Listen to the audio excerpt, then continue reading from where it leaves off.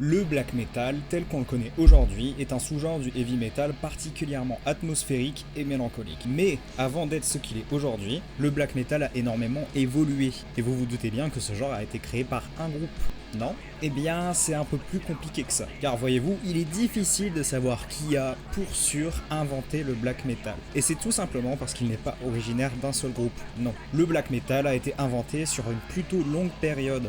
Je dirais même que son invention a duré une petite décennie. Il faut comprendre que ce sous-genre est né d'un effet domino, c'est-à-dire d'une époque très spécifique pour le métal extrême. Fut un temps, le métal extrême était un véritable sport, et chaque groupe émergent essayait d'être plus brutal que le dernier, poussant des genres comme le thrash metal, le speed metal et le death metal dans leur dernier retranchement. Cette époque porte un nom, et elle se nomme la First Wave of Black Metal. Et dans cette vidéo, je vais vous raconter l'histoire, vous présenter les albums les plus importants et influents de cette époque, et comment ce mouvement musical a mené à la création du black metal tel qu'on le connaît aujourd'hui. Avant de vous raconter l'histoire de ce sous-genre de métal, il est important que je vous le décris, au moins comment il sonne. Il est aussi important de noter que la First Wave of Black Metal n'est pas vraiment un genre, mais pour la bonne compréhension de cette vidéo, j'utiliserai ce terme. La raison pour laquelle ce sous-genre n'en est pas un, c'est parce qu'il est en réalité, comme dit précédemment dans l'intro de la vidéo, un parapluie de groupes death, de speed et de thrash metal, essayant l'un l'autre d'être le plus brutal que le dernier, poussant leurs genres respectifs à se retrouver dans leur dernier retranchement. C'est pour cela que la First Wave of Black Metal n'a pas réellement d'identité musicale à proprement parler. Ce sous-genre est d'abord et surtout un fourre-tout permettant de classer les groupes de métal extrême s'essayant à l'exercice du qui aura la plus grosse pendant les années 80 et utilisant cette esthétique satanique et méchante qui a été introduite par le groupe légendaire Venom. D'ailleurs, en parlant de Venom, Venom ont produit ce qui est plausiblement deux des albums les plus importants du black metal, car il a donné au black metal sa première identité visuelle, une identité sombre, satanique. Venom, groupe british formé en 1979, ont sorti deux albums sur lesquels j'aimerais m'attarder. Welcome to Hell de 1981, qui est leur premier album, sorti après deux démos, et le fameux Black Metal de 1982. Ces deux albums sont des albums de speed metal infusés au punk, au son cradingue et mal mixé. Le terme plus approprié que j'utiliserais, ce serait bête et méchant. Venom frappe. Venom c'est rapide et brutal, et Venom surtout c'est l'un des pionniers du black metal. Mais ce n'est pas pour autant du black metal. Car vraisemblablement, Venom a donné au black metal son nom, son esthétique et... honnêtement, c'est à peu près tout. Ça ne veut pas dire qu'ils ne sont pas importants, loin de là. Ce que j'essaye de faire comprendre, c'est qu'ils ont influencé énormément de groupes qui vont ensuite créer le black metal. Donc, en résumé, Venom a donné au black metal son nom, son esthétique et une base à peaufiner, c'est-à-dire du speed metal au son cradingue. Et donc vient la question, qui a donc peaufiné ce son ? Eh bien, en 1983 se forme Bathory, groupe composé d'une seule personne qui répond au nom de scène Quorthon, ou et c'est là que l'on commence à se rendre compte de l'impact qu'a eu Venom sur la scène métal extrême de l'époque. À peine 3 ans après la sortie de Welcome to Hell, on a déjà un groupe qui s'en inspire pleinement et qui peaufine ce que Venom a tenté. On entend très clairement l'influence de Venom sur le premier album de Bathory, du speed metal au son cradingue, etc. etc.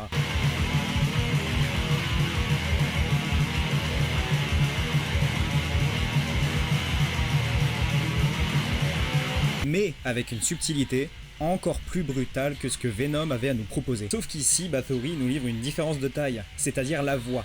Bathory nous confronte à une voix froide. On dirait presque qu'elle pourrait provenir directement d'un mort-vivant. Pour l'anecdote, je pense à 80% que le nom de Bathory est une référence directe au son de Venom, intitulé Countess Bathory. J'ai jamais réellement lu quelque part une confirmation, mais je pense que c'est plutôt évident. Et cette anecdote permet aussi de renforcer l'impression que Venom a eu une très grosse influence sur la musique de Bathory. Mais même avant Bathory, l'impact de Venom se fut sentir, avec comme par exemple la démo Death Fiend du groupe Hellhammer, groupe extrêmement influent.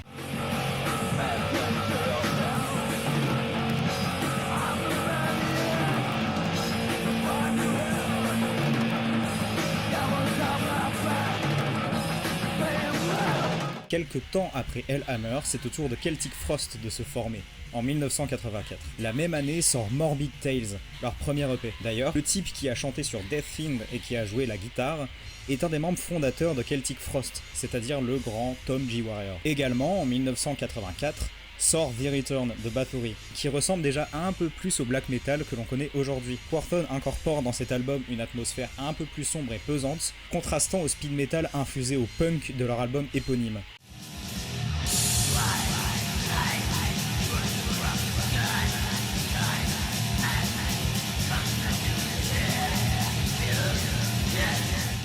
La même année, se forme un petit groupe pas trop connu et assez underground, se nommant Mayhem, je sais pas si vous connaissez. 2 petites années plus tard, en 1986, sort Pure Fucking Armageddon. Première démo de Mayhem, et l'on commence à se rendre compte que le black metal actuel prend forme petit à petit. Les musiques sont plus rapides, plus chaotiques, et une véritable évolution se fait ressentir. Un vrai sous-genre commence à se créer. Mais si, allez, vous entendez, non ? Influence de Venom. Cette démo servira de base pour l'enregistrement du légendaire Death Crush de 1987, que je n'ai plus besoin de présenter. Cette EP pour moi marque la fin de l'époque First Wave of Black Metal, et le début de la Second Wave of Black Metal comme dit précédemment. Un vrai sous-genre est en pleine création. Les riffs trémolo très froids, les blast beats, l'atmosphère, on commence sérieusement à retrouver tous les éléments qui forment le black metal. D'ailleurs, le nom Mayhem viendrait du son de Venom intitulé Mayhem with Mercy. Je me dois évidemment de vous parler de la très célèbre reprise du son, Witching Hour sur leur EP Death Crush.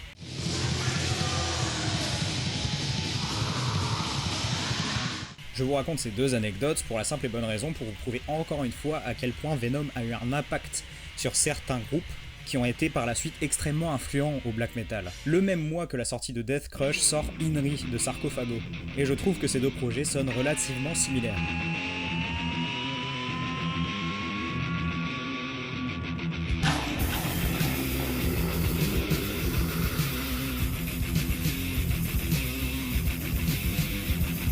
Du métal extrême, chaotique, influencé punk, comme Venom, mais beaucoup plus brutal. 3 mois avant la sortie de Death Crush, nous retrouvons Bathory qui sort son 3e album, Under the Sign of the Black Mark. Continue dans la lancée de The Return, c'est-à-dire une atmosphère plus sombre et plus prononcée. Vous remarquerez que plus le temps avance, plus ce son punk et speed metal apporté par Venom se dissipe, pour laisser place aux éléments du black metal que l'on connaît. La First Wave of Black Metal a influencé les groupes qui plus tard créeront le black metal actuel, ou plus scientifiquement nommé la Second Wave of Black Metal. Mais sachez une chose, ce n'est pas parce que la Second Wave est arrivée que la First Wave est devenue un sous-genre du metal mort.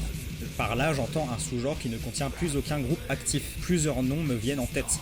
Par exemple, les Suédois de Gina, groupe formé en 1991. Et non, je parle pas de ce Gina, je parle pas non plus de ce Gina, et je parle pas non plus de ce Gin là. Groupe formé en 1991 qui reprend le son de Venom avec un peu plus de niaque.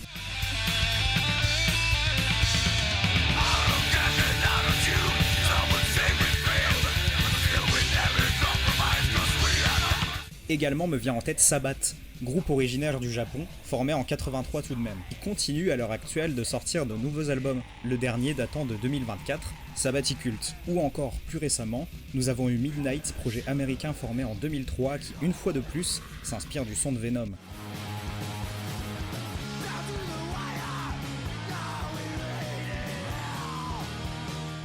En conclusion, je pense que nous pouvons affirmer que le black metal en tant que tel n'est pas une œuvre d'un seul et même groupe, mais bel et bien le résultat de plusieurs groupes s'étant, disons-le, allègrement pompés l'un après l'autre. Ce qu'il faut se dire, c'est que le black metal tel qu'on le connaît n'existerait probablement pas sans les groupes dont je vous ai fait part aujourd'hui. Groupes qui ont, encore une fois, mené à la création de la Second Wave of Black Metal, mais ça, ce sera pour une prochaine vidéo.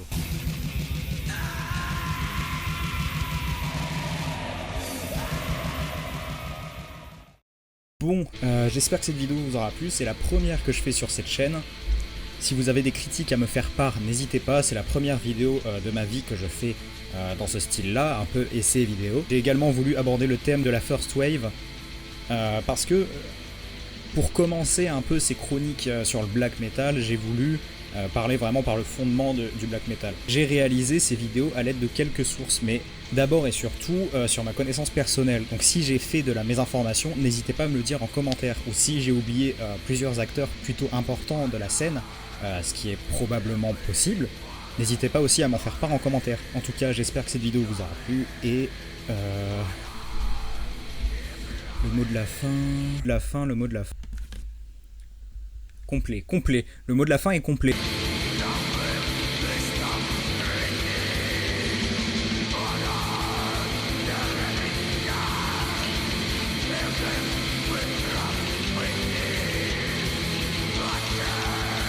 Car vraisemblablement... Car vraisemblablement... Vraisemblablement... Putain, c'est compliqué à dire ça. Car vraisemblablement... Vraisemblablement... Ça se dit vraisemblablement. Vraisemblablement. Vraisemblablement. Ok. Ça se dit vraiment comme ça? Ok. Car vraisemblablement...